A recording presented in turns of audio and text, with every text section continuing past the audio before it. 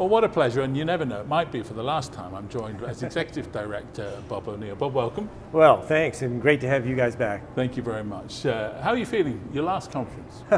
Feel great. I think it's going to be an exciting time. I think we're going to have a great crowd. The keynote speakers are spectacular.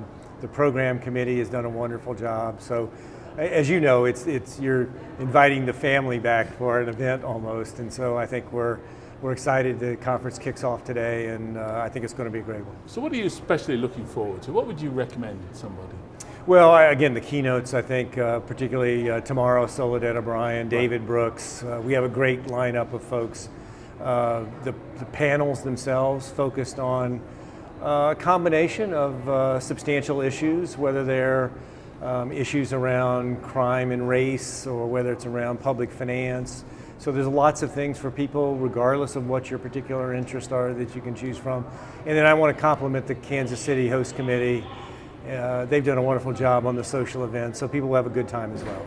So let's pick up on some of those issues. You know, we've been doing these interviews now for, I think this has been the 12th time it's about the 12th time we've done this. You know, and we've had recessions, you know, almost depressions. We've kind of come out of that, you know. So some of the issues that city managers are facing, what do you think some of the kind of key issues are in communities at the moment?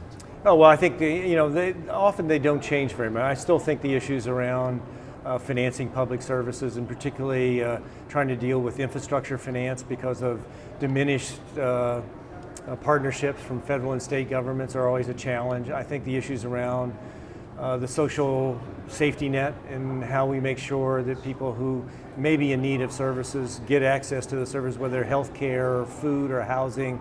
So I think those are, the issues around race relations, obviously increasingly becoming an issue around the world, not just in the United States.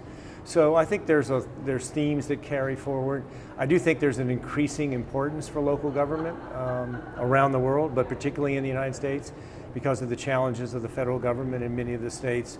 So it's not that local government has ever been unimportant, but it's never been more important than it is today. So the work that our members do is really a very catalytical place in the history as well as the time they are in their communities. Now, I can't let you go without asking you about the election.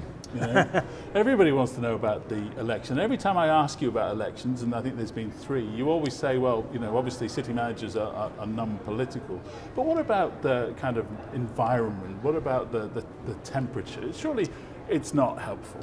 No, and I think, the lack of civility in the public discourse that's exacerbated to some extent by the tone and texture of the political dialogue at the presidential level doesn't help. And I think part of it is, how do you create an opportunity for good community conversations on issues that are tough, without the angst that gets included in some of the conversations. And so, I think one of the real things that you will hear in the corridors here is people trying to figure out great ways to build safe spaces for those conversations in their communities. Because in the end, communities who do that well are going to be the communities that people are drawn to. Final question is, you're handing over the reins, the ICMA. What do you think the health of the ICMA as an organization is right now?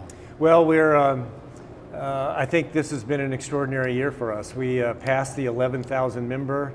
We grew more than 1,000 members last year. We had the best financial year in the history of the association. So our finances are good, our membership is strong.